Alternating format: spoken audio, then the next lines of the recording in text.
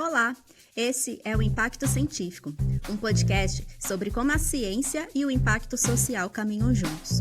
Eu sou Isadora Matiello, uma pesquisadora que já empreendeu um negócio de impacto e que agora, de volta à academia, estou explorando como esses dois mundos se entrelaçam. Aqui você vai ouvir entrevistas com pessoas que fazem isso na prática. Elas compartilham suas histórias, trajetórias, dicas de carreira e também algumas sugestões culturais. Quer acompanhar mais do Impacto Científico? Assine a nossa newsletter gratuitamente no Substack e nos siga no LinkedIn ou Instagram. Todos os links estão na descrição desse episódio. Então, bora conversar?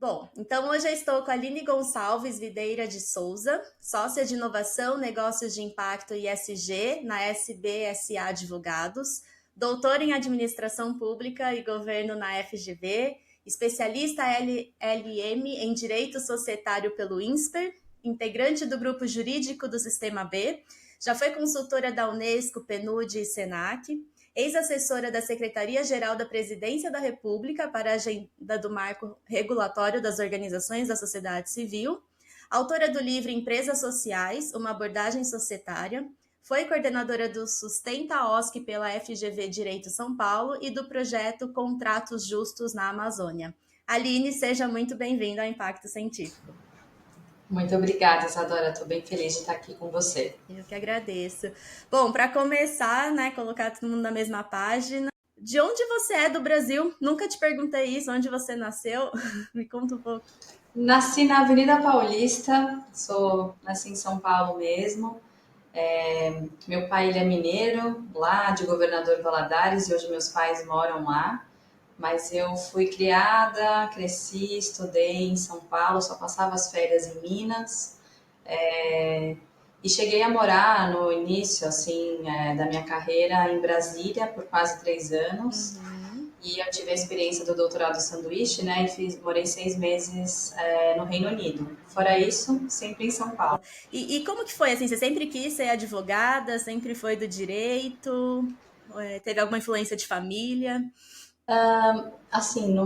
Naquele momento de decidir, né, qual faculdade fazer, eu lembro que eu tinha 2 opções no coração, assim, né?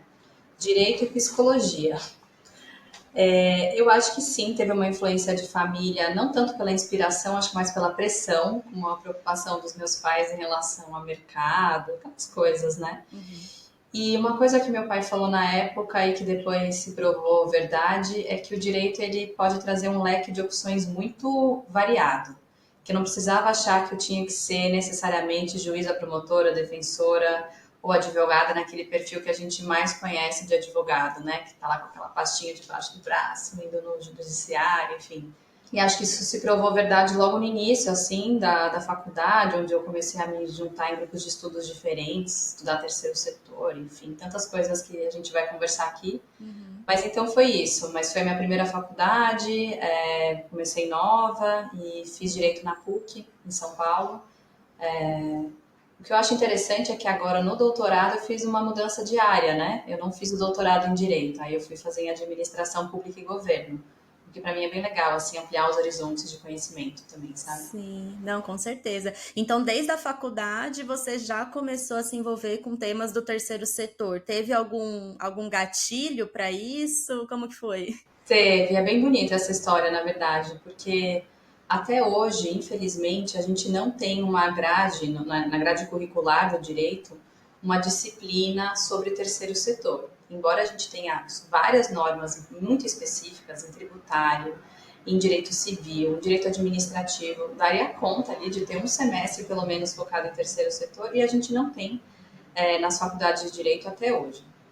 Mas o que aconteceu? Quando eu estava no 2º ano da faculdade, eu vi ali um anúncio de um curso livre na hora do almoço para qualquer pessoa que quisesse aprender aspectos jurídicos do terceiro setor. Quem dava esse curso era a Laís de Figueiredo Lopes e a Paula Storto, que hoje são minhas sócias no escritório, né, que eu sou sócia. e elas davam esse curso para qualquer pessoa que quisesse, era gratuito. E aí eu lembro que eu acabava a minha aula, era o tempo de tomar uma água, ir para lá, de lá eu pegava um sanduíche, já ia para o ônibus para ir para o estágio, que eu estagiava no Tribunal de Justiça. E foram acho que 6 meses ou até um ano que eu fiz esse curso com elas, que me abriu a cabeça, comecei a conhecer de direito do terceiro setor por conta delas. E aí, com isso, eu comecei a me interessar por algumas vagas de estágio que, assim, meus amigos em volta de mim não tinham nunca escutado falar, né? Então, foi por conta delas, desse curso, que elas decidiram fazer na hora do almoço, que eu, que foi que me abriu essas portas. E de lá eu consegui depois estágio na área, né? O primeiro estágio na área de terceiro setor foi o GIF, que é uma organização super referência, grupo de institutos, fundações e empresas. E de lá já comecei a trabalhar com investimento social privado, acompanhar projetos de lei em tramitação, coisas bem distintas, assim, Uhum. de um caminho mais tradicional do direito, né? Nossa, que legal. Eu não sabia dessa história. Porque a Laís hoje, né, sua parceira de trabalho. Que legal, assim, Sim. muito Ela bacana. sempre brinca. A Aline era uma das melhores alunas, usava uma boininha vermelha. Eu, gente, que brega, mas é. Essa parte você pode esquecer. É, Ai, que legal. Não, mas é bom porque daí ficou a marca também, né? é. Sensacional. E eu não sabia também que o primeiro tinha sido no GIF, que é uma referência para o setor. Muito legal. E aí, quando você estava na faculdade, você já tinha um interesse de meio acadêmico? Porque eu sou leiga na parte do direito, assim, me parece que nem eu que sou da biologia, desde a faculdade você já pensa em qual mestrado, doutorado, né? Você pretende seguir. Como que foi isso para você? Eu acho que o direito de fato é diferente quando a gente pensa a carreira acadêmica, assim, as pessoas não se veem muito como pesquisadoras do direito, porque em geral você está ali, as referências são as doutrinas jurídicas, né, interpretando o texto de lei. De uns anos para cá que a gente começa a ter uma pesquisa um pouco mais empírica, que vai também querer colocar entrevistas. Vamos entender então é, a vontade do legislador, não ficar só interpretando o texto legal, né, que era muito o jeitão de fazer, produzir conhecimento no mundo do direito. Então, eu acho que eu não tinha tantas referências no início da faculdade com relação a essa carreira, mas, o que que aconteceu assim? No primeiro ano da faculdade, eu tinha decidido que eu não faria estágio no primeiro ano e que eu ia querer participar de grupos de estudo que tivessem na faculdade, né? E foi a partir do segundo que eu comecei a fazer isso do terceiro setor que eu comecei a estagiar, né? Uhum. No primeiro ano, por sorte, eu acabei me inscrevendo em vários grupos de estudo que não eram só na faculdade de direito. Então, por exemplo, eu fazia um que chamava Ciência Política no Direito, mas não era feita na escola de direito, era feita no, que a gente chama até inclusive de prédio velho lá na PUC, você tem que atravessar a Sei. prainha lá. Uhum. E aí, então, eu estudei com pessoas da ciência política e eu vi que eles eram pesquisadores, e aí, sobre assuntos do direito. Então, eu achei super interessante aquilo. Então, eu acho que sim, desde muito nova ali na faculdade, eu percebi que daria para olhar para o direito a partir de pesquisa, mas talvez com outras lentes que não a do direito. Não seria só ficar interpretando o texto legal. E aí, depois que eu comecei a estagiar no GIF, né, no meu segundo ano da faculdade, eu conheci pesquisadores da GV que precisavam de assistente de pesquisa para fazer uma coisa bem de tabelamento, uma coisa que tinha que analisar uns estatutos sociais, né, de organizações de sociedade civil e tabelar. Era uma coisa bem mecânica, mas precisava de alguém para ser assistente de pesquisa. Foi um dinheirinho que eu ganhei lá na época e comecei a ver, nossa, dá para fazer pesquisa, ganhar um dinheirinho. Enfim. Foi assim que começou o primeiro contato com pesquisa, né? Anos depois, quando eu estava no quarto ano da faculdade, eu fui estagiar com um jurista muito renomado na área de filosofia do direito, que é o professor Tércio Sampaio Ferraz Júnior. E ali era um outro tipo de pesquisa, de produção de conhecimento, né? Muito mais teórica, dogmática, enfim, era uma coisa mais filosófica, inclusive, e eu aprendi um outro jeito de fazer pesquisa, foi muito legal também, assim, aprendi demais com ele, acabei trabalhando vários anos lá no escritório dele, então eu acho que eu tive esse privilégio de ter contato com esse mundo acadêmico desde cedo, mas não é que eu me via querendo fazer uma carreira acadêmica. Eu vi assim, nossa, é legal ser pesquisadora também, né? Eu sempre colocava como algo a mais. Eu nunca me vi sendo só pesquisadora, né? Sim. É interessante, né? Depois que a gente vai vendo que quando a gente gosta de estudar, entender mais as raízes de como as coisas foram construídas, o porquê que é assim, então deixa eu entender o que existe, e aí você dá o nome disso de pesquisadora, né? É legal. E aí, quando você então teve esses contatos, né? Poxa, é legal ser pesquisadora, mas você foi para a prática, né? Você começou a advogar, digamos assim. Como que É, foi?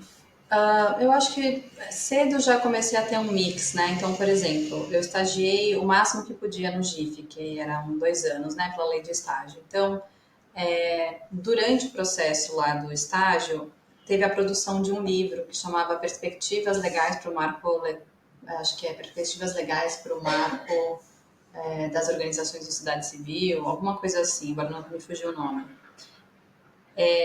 Esse livro, eu tinha então, não tinha nem formado e eu fui coautora de um capítulo com o Eduardo Panuzio, que era meu chefe na época e depois se tornou um grande colega também na área de pesquisa. Então, eu já tinha começado a perceber que dava para fazer produção de conhecimento, né, produzindo artigo a partir de alguma pesquisa, né, porque a gente tinha que sistematizar as leis que existiam, enfim. E aí eu comecei a advogar de fato, né, já numa área distante de terceiro setor, né, então eu comecei minha carreira como advogada com infraestrutura, regulatório, nesse escritório do professor Tedson. Mas eu recebi o convite, acho que depois de uns 3 anos de formada, pela Laís, que tinha me conhecido nesse curso livre que ela dava, né, para ser pesquisadora da Unesco. Tinha um edital aberto, ela me avisou que era para trabalhar em Brasília, e ela falou, olha, eu acho que tem o seu perfil, por que você não se candidata? E eu concorri a uma vaga de pesquisadora lá. E aí, como eu já tinha tido essa experiência de ser assistente de pesquisa, já tinha sido coautora de uma publicação numa organização tão relevante, isso me ajudou muito a conseguir essa primeira vaga como pesquisadora na Unesco. E lá era um projeto curto, de 9 meses, enorme. Fiz um trabalho de pesquisa bastante exaustivo e incrível, gostei muito de fazer. Então, foi um contato que eu tive, acho que no meu início de carreira já. Na época, então eu estava advogando, recebi esse convite para me candidatar para a Unesco, conversei no escritório que eu estava, falei, olha, pode ser legal, eu gostava de terceiro setor, enfim. Eles me deram um apoio e falaram, vai, se você passar 9 meses, depois você volta. Então, tive um apoio ali também, né, que eu acho que foi bem relevante para eu também me arriscar um pouco, né. Sim, com E aí, certeza. enfim, depois disso tem vários desdobramentos. Aí sim, minha carreira como pesquisadora começa de uma maneira mais recorrente, sistematizada, depois dessa experiência da Unesco, com certeza. Com certeza, que legal. E é engraçado não, é interessante porque não é uma pesquisadora já numa instituição, né? E não assim necessariamente dentro da universidade. Então, como que foi essa escolha, né? Porque teve aí vários anos também, né? Trabalhando com diversos projetos e voltar para algo extremamente acadêmico, vinculado à universidade e numa área diferente que é a administração. Conta um pouco como que foi. Bom, acho que a vida vai apresentando oportunidades e a gente, depois que entende que elas faziam todo sentido na trajetória, né? Então, depois da experiência na Unesco, eu logo fui chamada para ser assessora no governo federal, porque estava tendo a construção da agenda do marco regulatório das organizações da sociedade civil. Então, a Unesco me apoiou para ir para Brasília, que me apoiou a conseguir um cargo num momento muito importante para o setor, naquele momento. E lá eu fiquei quase 3 anos, 2 anos e meio para quase 3 anos no total em Brasília, né, trabalhando com essas outras perspectivas. Tem um momento que eu acho que é legal contar coisas pessoais, assim, que foi um divisor de água, assim, para mim, que foi o seguinte.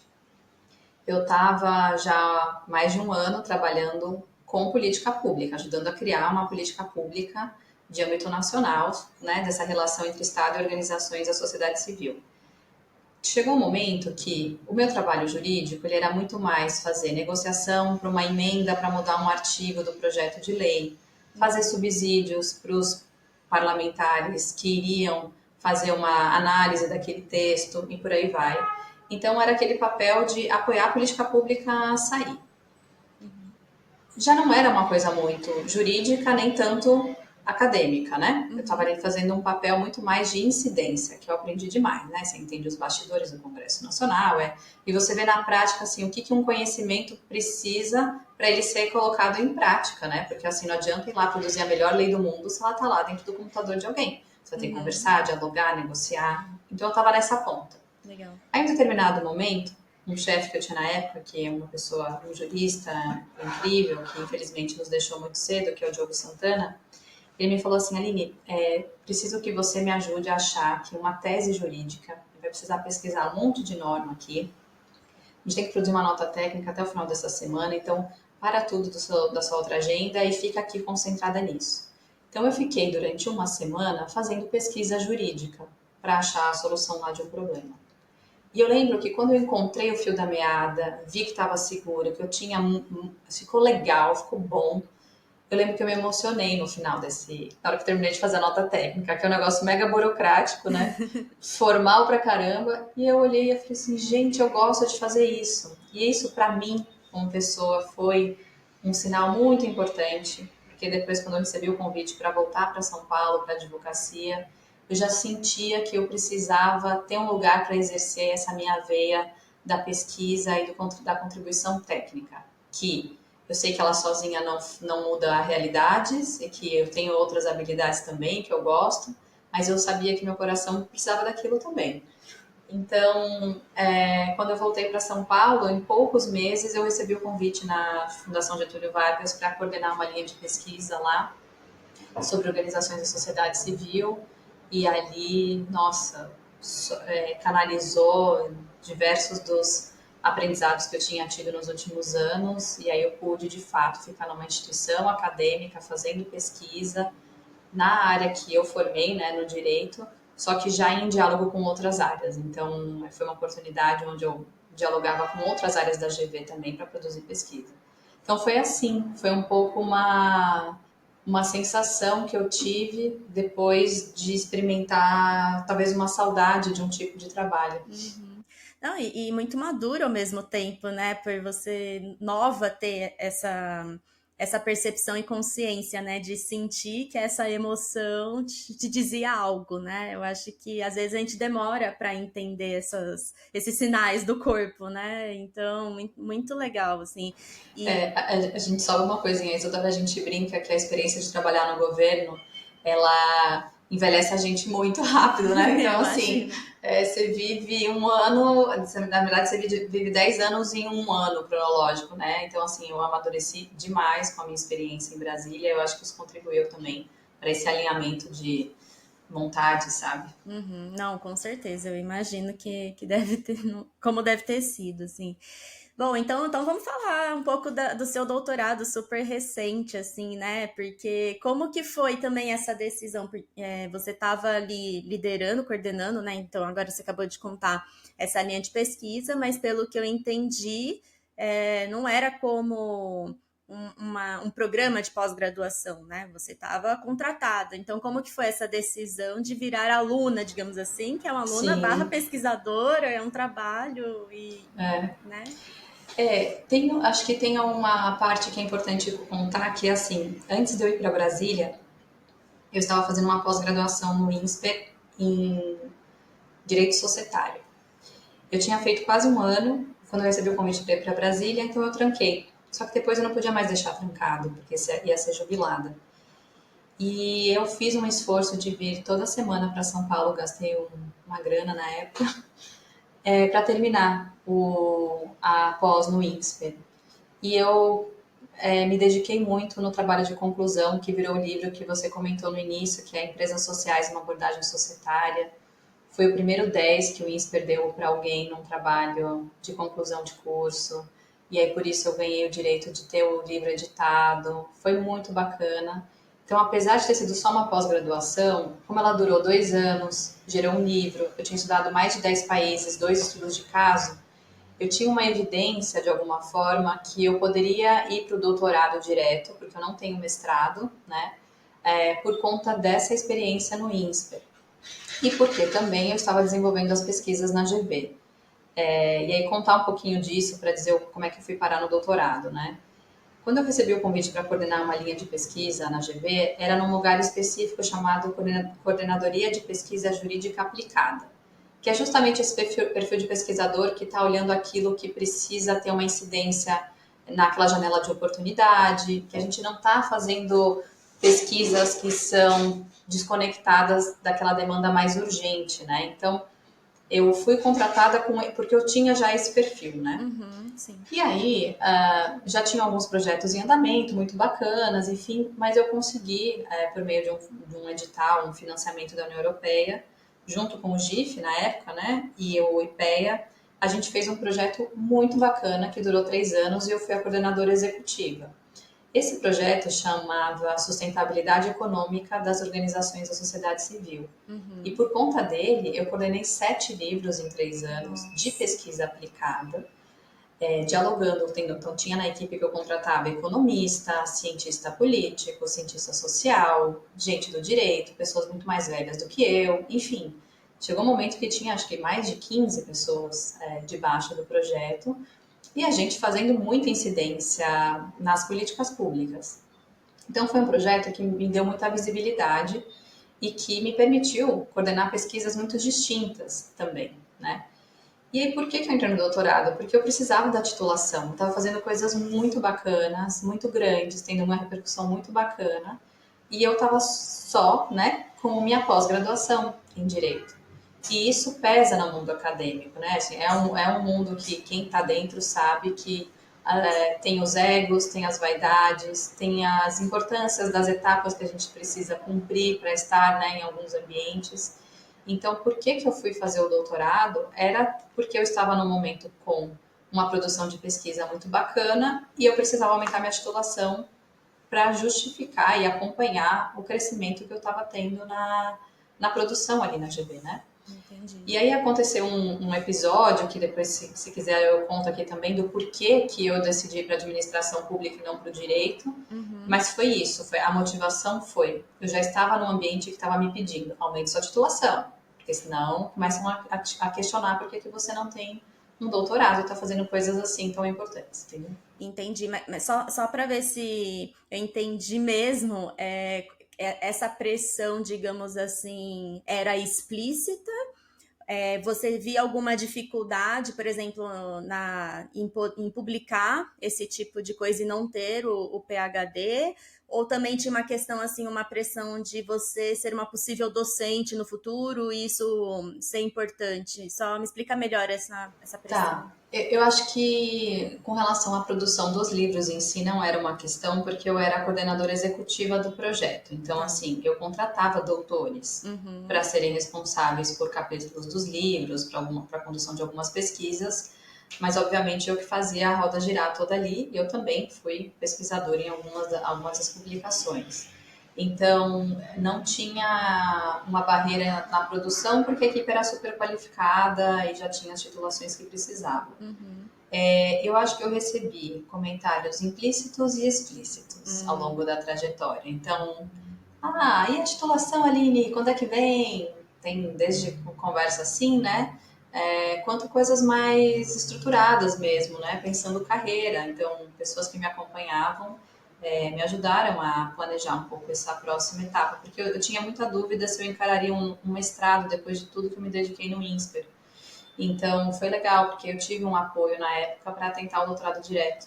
E aí isso tem os ônus e bônus, mas ajuda a fechar um ciclo, né, de titulação de uma maneira que para mim era importante na época, né? Entendi. Não, com certeza, tá super claro.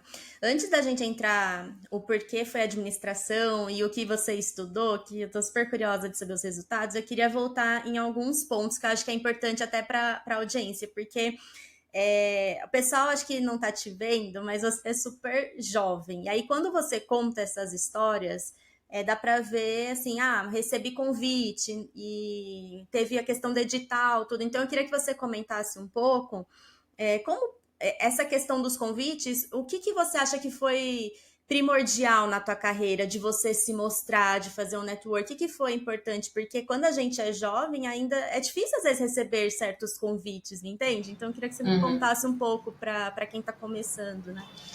Ah, interessante. Aí só para explicar, eu tenho 37 anos, vou fazer 38, né? Uhum. Já tenho, então, eu formei em 2009, então quase 15 anos de formada já. Isso me ajuda aí Uhum. que eu não sou, eu sou da Não, humanas. é porque eu também tenho a mesma idade, então eu não quero fazer contas agora. Ah, não, mas só para dizer que eu acho que tem um tempo já de carreira, né? Sim, sim, Assim, temos. eu acho que algumas coisas contribuem. Eu sempre fui uma pessoa muito responsável, séria no trabalho, então sempre muito comprometida, né? E Uhum, acho que isso, os lugares que eu passei, eles percebiam isso. Mas uhum, acho que tem uma coisa além. Por exemplo, a Laís, que é essa minha sócia hoje, que foi uma das pessoas que deu, né, o curso junto com a Paula, uhum, elas faziam algumas festinhas no escritório delas, happy uhum, hours temáticos, assim, que chamava todo mundo do terceiro setor, enfim, e eu tava na lista lá. E eu lembro de ter ido algumas vezes. Eu acho que uhum. isso fez elas não esquecerem de mim. Por Legal. quê? Elas me conheceram, eu estava no segundo ano da faculdade. Depois acho que até dei notícia para elas, elas sabiam que eu estava estagiando no GIF, porque é um setor muito próximo, enfim. Mas a gente não convivia tanto. Eu devia ver elas talvez 2 vezes por ano nessas festinhas que elas organizavam. Uhum, E quando eu me formei, perto de formar, eu cheguei a ter uma conversa com elas, mas aí eu recebi o convite do professor Tércio para ser efetivada como advogada, então eu segui por lá.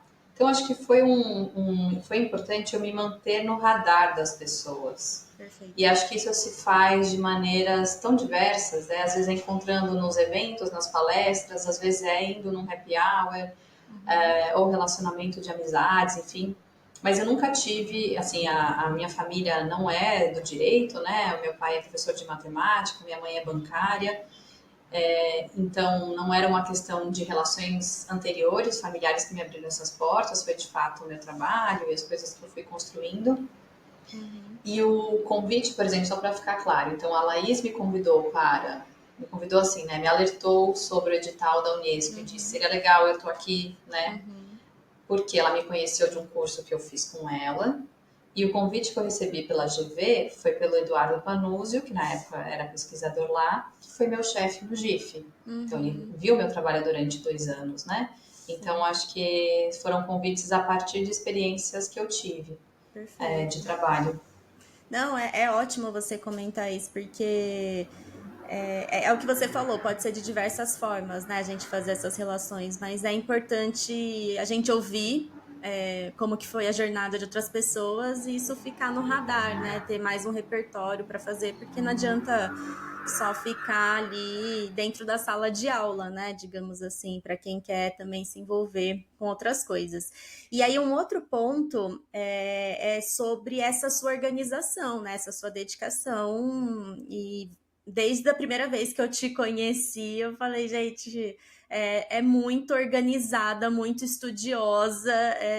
Como que você faz, assim, como que você fazia, né, nesse período? Que acho que agora, depois do doutorado e hoje também com a sua experiência, você tem outras coisas para falar, mas como que você se organizava para estudar e se envolver tanto em projetos, né, em estágios, em coisas importantes? Olha, assim, eu nem acho que eu estou no melhor lugar de organização que eu gostaria de estar, mas eu acho que ser virginiana me ajuda um pouco. E eu acho que conforme a gente vai tendo experiência em algumas áreas, a gente tem mais clareza de qual é o tempo que a gente demora para fazer algumas coisas. E isso me ajuda muito a organizar o meu dia, né? Eu tive um momento da minha vida onde eu conciliei, assim, em geral eu concilio pesquisa com advocacia, né? Em geral, na minha trajetória, eu tive os dois vínculos andando junto, Uhum, mas obviamente não na mesma carga. Então, por exemplo, durante a minha coordenação do projeto de sustentabilidade econômica, a minha maior dedicação era para a GV, para a pesquisa, e para o escritório eu só me dedicava um, uma carga horária super reduzida. Então eram escolhas também, porque não daria conta de fazer tudo. O doutorado teve momentos em que eu precisei fazer negociações diferentes para dedicação no escritório. Agora, e então assim, já aconteceu muito de eu fazer meu início da manhã, bem cedinho, cuidava das coisas acadêmicas, depois ia para o trabalho. E aí depois, às vezes, à noite mais alguma coisa, mas em geral eu funciono melhor de manhã, né? Então, talvez começava mais assim. E eu lembro, eu acho que é legal comentar isso, porque às vezes a gente concilia trabalho com pesquisa. É claro que a gente pode ser pesquisador e esse ser o nosso trabalho, né? Muitas Uhum. pessoas sonham em ter só isso, Sim, que já é muito, quer dizer, ter isso, e é muito, né? sim. São mundos muito distintos. Então, uma época eu conciliava no início da coordenação da GV, antes de ter esse projeto maior, a GV com o escritório do professor Tércio. Aí eu lembro que eu tinha que tomar cuidado até com a roupa que eu vestia, porque no ambiente acadêmico, um grande ambiente de advocacia com grandes empresas, salto alto, roupa bem de advogada e tal, não podia chegar daquele jeito na GV que eles vão falar, quem é essa, né? Pesquisadora e professora que não é, né? Então eu lembro que eu tinha até 2 sapatos no escritório, que eu trocava na hora que eu ia para a GV, botava um mais baixinho, que eu já ia de Olha ônibus só. mesmo, que era perto, Uhum. enfim. Então, essa coisa de conciliar, assim, de como se organizar, nunca funcionou para mim uma coisa do tipo, das 7 da manhã às 9 da manhã é uma coisa, depois é a outra. Eu nunca consegui fazer essas barreiras tão fortes na minha vida, tá? Uhum. Então, assim, eu tomo decisões quase que diariamente sobre as prioridades do dia e assim vou dando conta das coisas. Entendi. Estico a corda às vezes? Estico, já virei umas noites, infelizmente já. Trabalhei várias vezes no final de semana, muitas. Inclusive, boa parte da minha qualificação do doutorado foi durante a minha lua de mel, coitado do meu marido, porque era o momento que eu estava desligada do escritório, que eu consegui mais produzir. Então, assim, tem sacrifícios, né, quando a gente está conciliando dois vínculos, não é simples. Sim. Então, pode parecer, uau, ela está dando conta, mas, assim, tem muita renúncia por trás, né? Eu imagino. Não, obrigada por compartilhar. Assim, acho que essas são as coisas que a gente sempre se pergunta, né? Quando vê depois ali as publicações, as coisas. Então, muito bom.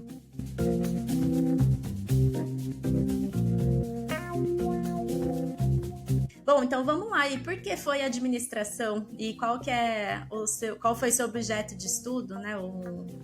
A linha de pesquisa?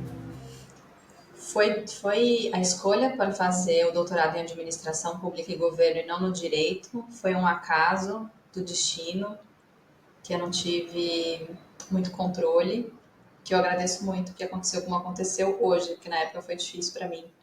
Eu estava me preparando para fazer o doutorado em direito. Já estava estudando há uns 4 meses, porque na USP, que era a instituição que eu ia prestar, você tem que estudar alguns pontos, então eles dão os temas, a bibliografia, e depois no dia eles sorteiam lá 2 ou 3, você tem que articular tudo numa única redação. Uhum. Cheguei a contratar uma professora, porque eu ia apresentar em Direitos Humanos em Empresas, onde ela revisava os meus rascunhos, né, que eu estava fazendo, então eu estava super dedicada para o processo seletivo. Na véspera, quando eu fui olhar, deixa eu ver aqui qual que vai ser a sala amanhã da minha prova, eu não achava meu nome na lista. Meu Não achava meu nome, Deus. não achava meu nome, o que aconteceu? Aí eu percebi que eu comi uma bola no pagamento da taxa de inscrição. Eu paguei a taxa só da prova de línguas, não sabia que tinha uma outra guia, não prestei atenção nisso. Então, fica a dica, gente, na hora que eu fazer processo seletivo, não faça na pressa, que foi o que eu fiz. E não achei meu nome. Foi uma super saia justa, porque eu já estava com as pressões implícitas e explícitas para fazer o doutorado. E eu não encontrei meu nome, então, enfim, não estava matriculada para fazer, né, a prova. E na Caramba. semana seguinte, eu estava lá, né, devia estar até com os olhos inchados ainda lá de chorar, de Uhum. vergonha. Um diretor da GV estava conversando comigo de vários assuntos e ele falou: por que você não presta em administração pública? O edital está aberto. Porque na direito eu ainda não ia sair o doutorado, ia demorar para ter doutorado lá, né? Estava no Uhum. processo ainda de aprovação no MEC. Eu falei, ai, será? Eu queria continuar no direito, um pouco daquela coisa que eu senti no coração, de que eu tinha que contribuir tecnicamente e tal. Uhum. Aí ele, você avalia. Só que eu lembrava das pressões, né, que eu tinha. Falei, bom, deixa eu ver o edital. E aí eu fui ver o jeitão da prova e quando eu fui fazer o projeto de pesquisa em administração pública, eu adorei, eu achei muito mais legal tudo que eu estava lendo para fazer o projeto de pesquisa. Falei, gente, que viagem fazendo direito, muito mais legal aqui. junto à minha trajetória em Brasília que eu tive, né, 3 anos trabalhando com política pública, imagina, vai ser muito mais legal. E aí, por sorte, deu certo no primeiro ano que eu prestei, eu já consegui passar no doutorado direto, Que legal. e eu amei ter feito o doutorado nessa outra área. Tive que, obviamente, ler muitas coisas que eu nunca tinha lido na vida, e aí isso vai criando novas sinapses, né? O que é muito legal, assim, e que vai tendo outras repercussões para nossa vida, né? Então foi por isso que eu fui para o doutorado em administração pública. Meu tema não foi desde o início mesmo, mudei algumas vezes. Acho que isso também a gente tem que ficar mais tranquilo, que faz parte do processo. No início eu lembro que eu estava muito angustiada, né? Achando que eu não podia mudar. Você me contou, né, que você acabou Eu de fazer mudei. uma decisão aí de mudança. Nossa, acho que a gente tem que ficar cada vez mais tranquilo com relação a isso.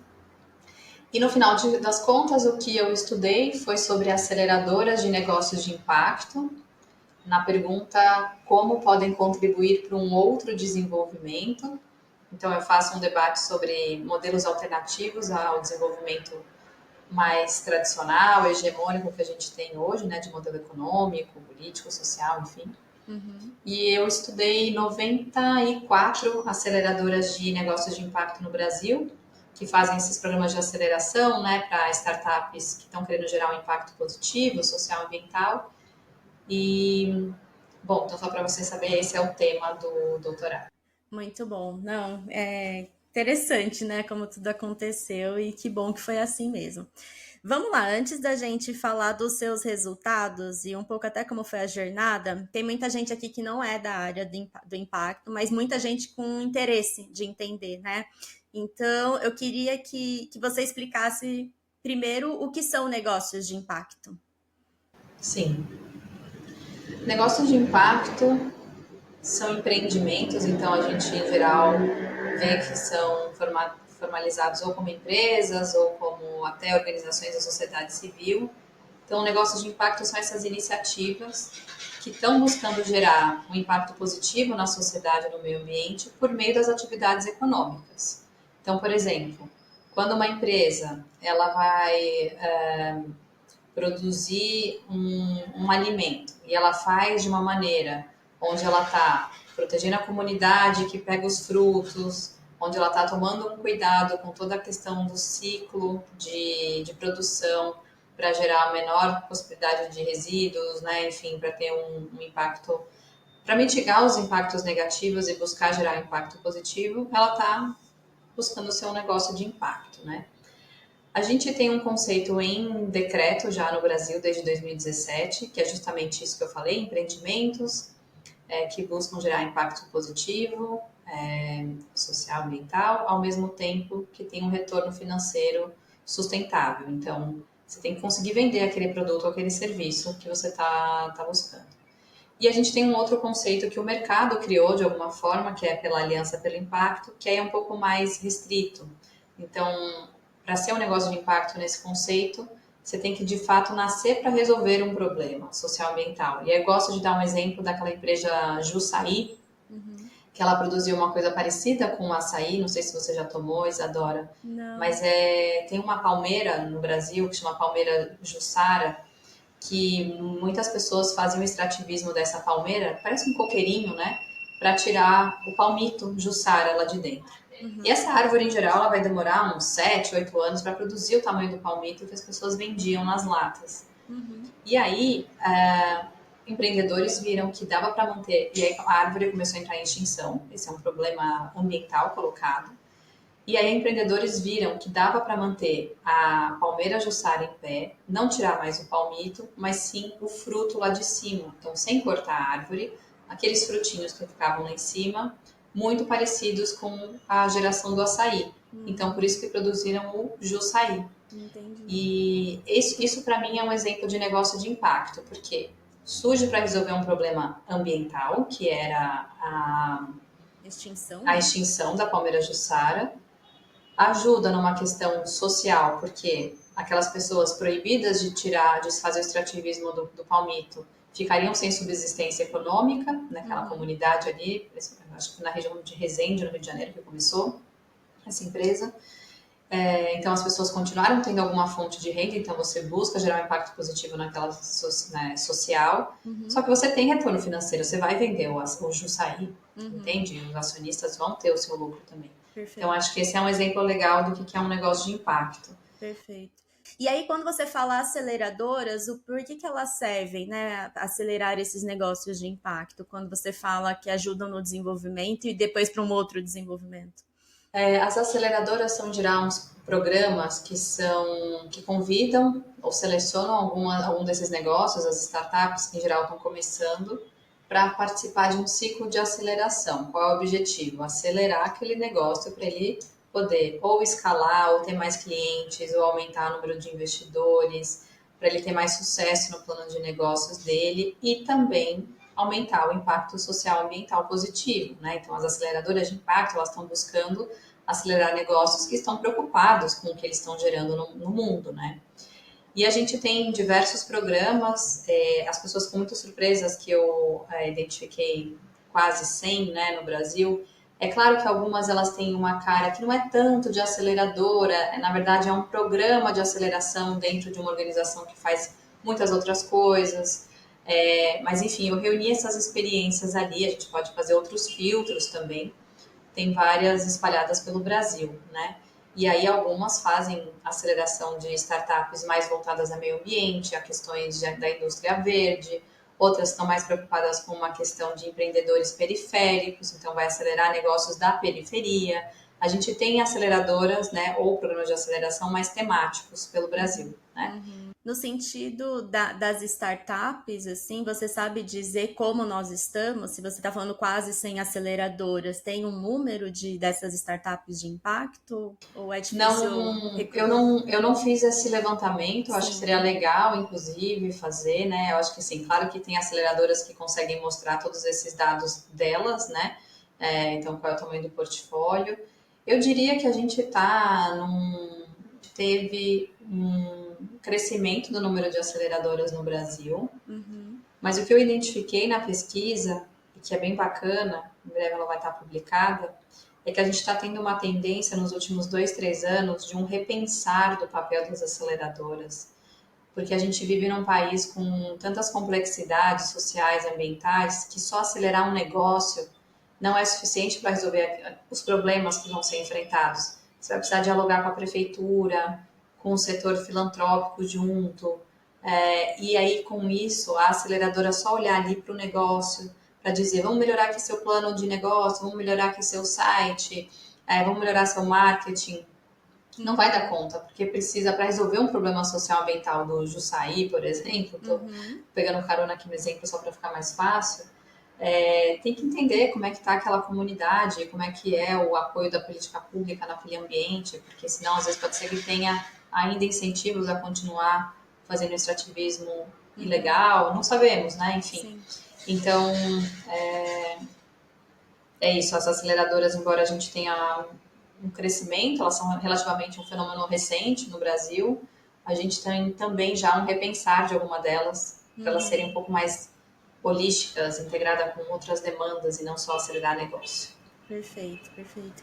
E eu sei que você fez um sanduíche, né? Teve esses 6 meses no Reino Unido e você chegou a comparar um pouco esse movimento internacional de aceleradoras. Como que foi esse sanduíche? O meu tema de pesquisa foi focado no Brasil, Uhum, mas enquanto eu estive lá, sim, eu entrevistei e fui ter contato com aceleradoras sociais, que é o nome mais comum lá, uhum, mas enfim, é o equivalente a aceleradoras de impacto no Reino Unido. Então, cheguei a conversar em Londres, que tem uma que chama 100% Impacto, que fica na London School of Economics, então ela é vinculada a uma universidade, uhum, e fiz quase 20 entrevistas enquanto eu estive lá, com pessoas ligadas ao empreendedorismo social no uhum, país de Gales, que foi o país que eu vivi, né? uhum, O doutorado sanduíche, ele era menos para eu ficar pesquisando como é que eram as aceleradoras lá e mais para eu aprofundar em algumas questões da minha lente teórica, né? Porque no doutorado a gente tem que fazer essa conversa entre o que a gente está pesquisando dos dados empíricos e a uhum. nossa contribuição teórica. Uhum. E a literatura teórica que eu usei para ser minha lente, né, de análise no doutorado, ela surgiu na Inglaterra. E aí eu pude entrevistar o autor seminal dessa literatura, eu fui na cidade onde surgiu. Então, me ajudou mais para os capítulos teóricos do que para o empírico. Mas foi bem interessante, sim, também fazer essas entrevistas por lá. Nossa, que demais, né? Deve ser mais emocionante, né? Fazer, achar Foi. essas pessoas que a gente lê nos papers, assim, poder ter contato, muito legal. E quais foram? Eu sei que ainda você vai publicar, então o que que você pode compartilhar conosco desse outro desenvolvimento? O que que você propõe, então, como dos principais resultados da tua pesquisa? Eu vou antecipar algumas coisas daqui, mas quero muito fazer uma publicação mesmo desse trabalho, né? Eu fui aprovada com distinção, então acho que depois a gente pode fazer Sem outras surpresas, né? conversas. Muito bom, Não, parabéns. imagina, isso eu não esperava, né?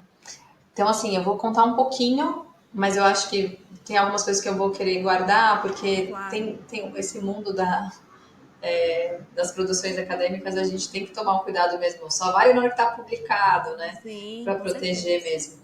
Mas só para dar um gostinho, assim, né? Uhum. Eu analisei 5 dimensões a partir dessa literatura, né? De todas essas aceleradoras no Brasil.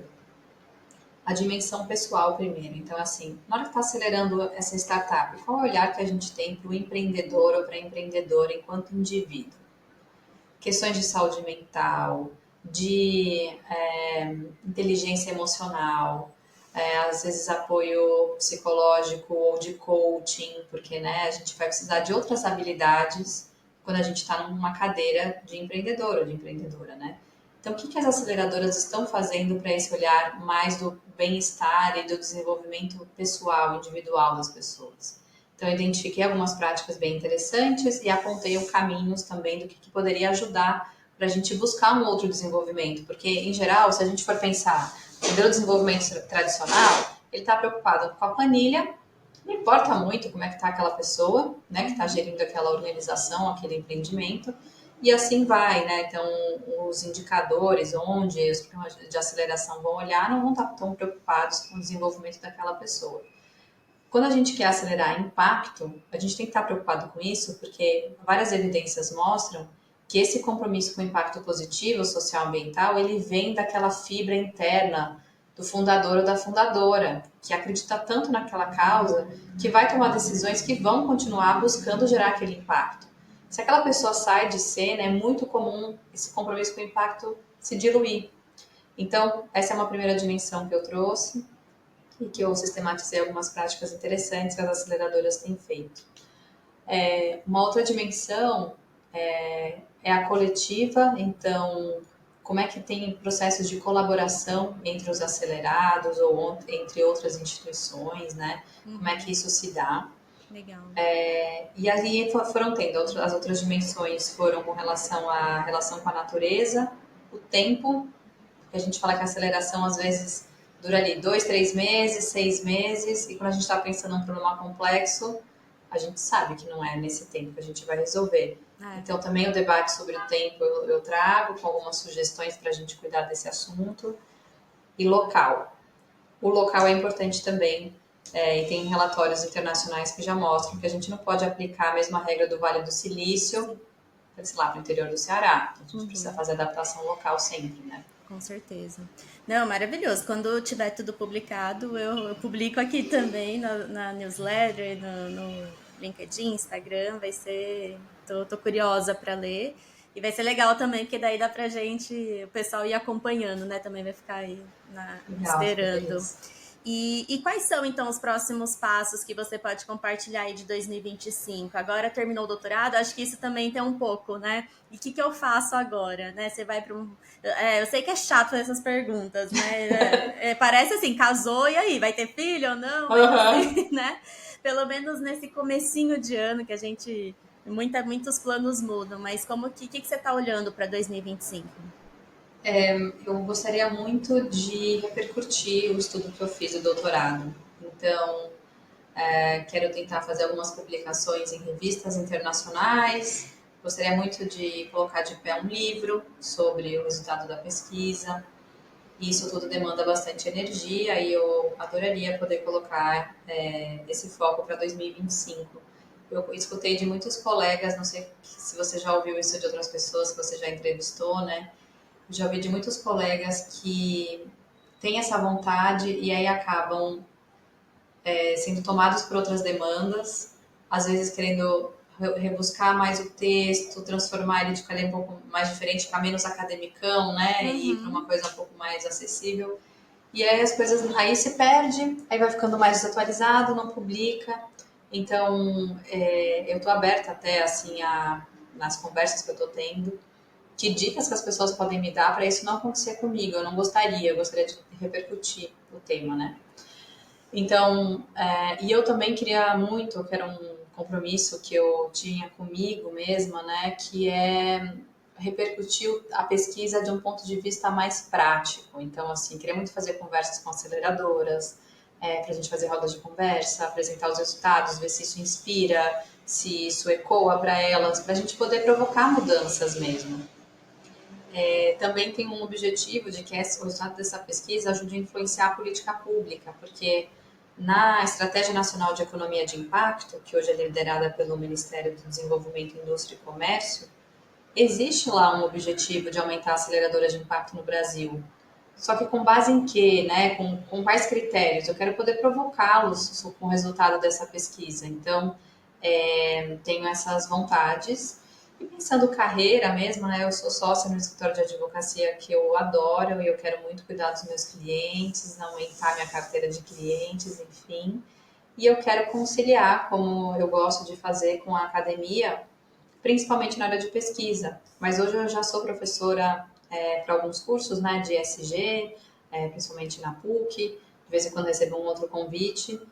Estou aberta aí a possibilidades, mas assim, não é porque eu terminei o doutorado que agora eu quero mudar o jeito que eu levo a minha carreira. Eu me vejo, na verdade, só indo para um crescimento, para uma evolução, mas não para uma mudança de rumo. Sim, com certeza, muito, muito bom. Feliz por saber disso e desejo todo sucesso, assim, eu acho que quem ainda não te segue, siga, porque é muito inspirador, né, ver o que você compartilha, eu acho que relembra, né, para quem gosta dessa área de pesquisa e de estudar e de seguir, de continuar nos trilhos, né, no rumo, na essência, eu acho que é gostoso quando a gente vê que é uma pessoa séria, dedicada de verdade, está fazendo um trabalho muito bom, ver o que ela está fazendo, porque é bem inspirador mesmo. E quero te agradecer pelo seu tempo de hoje e te parabenizar. Eu sou super sua fã, eu não vou fingir aqui, né? Às vezes fica chato esses podcasts que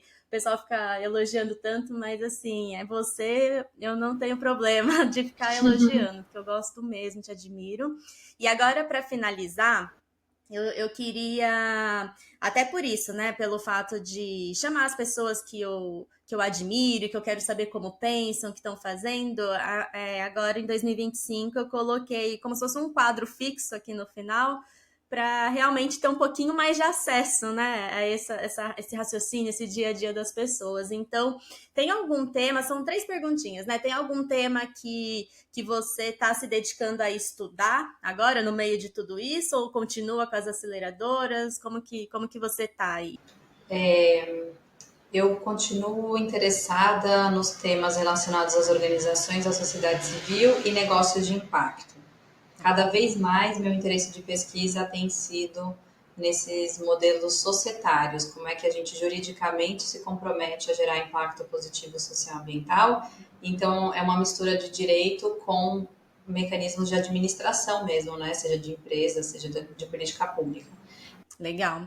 E tem alguma recomendação de livro ou newsletter, podcast, assim, que você nos dá? Olha, eu escuto pouco podcast, Uhum, mas eu sei que tem o impacto na Cruzilhada, uhum. do Fábio Deboni, que é bem bacana e tem muitos episódios lá.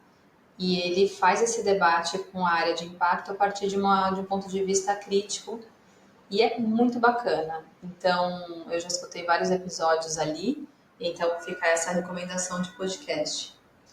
Com relação a livro, Eu tô num momento, graças a Deus, dando uma variada na leitura, né? Buscando um pouco de literatura. Então, eu acabei de ler O Quarto de Despejo, da Maria Carolina de Jesus. Uhum. E é muito legal ler um texto feito naquele contexto, né? Numa favela, mantendo ali os erros de ortografia e, ao mesmo tempo, toda a dureza e a força, né, de um depoimento diário. Então, eu acabei de ler esse livro, me impactou, e a partir dele eu estou interessada em entender mais dessas realidades assim e dessas pessoas incríveis que são inspiradoras também. Então, fica uma dica de leitura que eu acho que é legal também para mostrar que tem muito saber e conhecimento para além do que a gente acha que é o que prevalece. Então, ler um texto cheio de erro de português e colocar muita fé naquilo e ver que aquilo é muito bom, eu acho que é importante para nós que estamos no mundo acadêmico, né? Para a gente Uhum. sair de uma tendência arrogante que às vezes a gente vê. Então, fica essa dica. Ah, maravilhoso, maravilhoso. E um conselho que você recebeu durante a sua carreira e que você leva até hoje? Olha, eu fiquei, quando você me convidou, eu fiquei pensando sobre isso. Eu não sei se vai se aplicar para todas as áreas, tá? Mas Uhum. foi um conselho que eu recebi durante um curso no INSPER, nesse que eu falei do LLM, de um professor, que eu nem lembro o nome, ele nem é uma pessoa que ficou tanto assim no meu dia a dia, mas eu lembro da força da recomendação dele, que era assim: se você vai estudar um tema jurídico, você primeiro vai ler a lei. Depois você vai ver o que as outras pessoas pensam, né? A doutrina, os juristas. Depois você vai ver o que os juízes decidiram. Mas vai na base, na origem, para que você possa desenvolver o seu pensamento crítico e você não ficar à mercê daquilo que as outras pessoas falam. Eu acho que se a gente for fazer um paralelo para outras áreas de conhecimento, é um convite a olha as bases, a origem da produção daquele conhecimento, né? Uhum. Acho que é muito importante a gente se apropriar, se permitir ter o contato com esses com o surgimento da base do nosso estudo e não ficar dependendo da interpretação de outras pessoas, né? Então, acho que essa é uma dica que já me resolveu tantos problemas, assim, que já me ajudou né, a resolver tantas questões difíceis de clientes, e que eu acho que de alguma forma dá para levar para academia também. Não, com certeza. Para a vida, né? É engraçado porque ontem, antes de dormir, eu tava lendo. Tô lendo um livro, né? São várias crônicas e uma delas estava falando exatamente disso, assim, sobre criatividade, de quando você tá faltando criatividade, você parar de olhar a opinião dos outros, ficar um tempo sem ouvir a opinião dos outros. Então, acho que conversa um pouco com isso, que acho que a gente leva para a vida, e também na questão de fake news, né? Sim. Ao invés de acreditar e questionar aí nessa base, né, do que está sendo falado e buscar mesmo a raiz. Muito bom. Não, acho que se aplica totalmente. Aline, muito obrigada mesmo, de verdade. Parabéns pelo trabalho. E eu vou deixar aqui na descrição as coisas que você já comentou, que tiver link aí já dos seus livros publicados, suas redes sociais, mas queria te agradecer por ter compartilhado aqui com o Impacto Científico. Eu que agradeço o convite. Primeira vez que eu escuto doutora, porque até dezembro era doutoranda, e te desejo muito sucesso nessa iniciativa, né, nesse trabalho que você está fazendo e com todas as escolhas aí do mundo acadêmico. Obrigada pelo convite, adorei. Obrigada, Aline. Um super beijo. Até.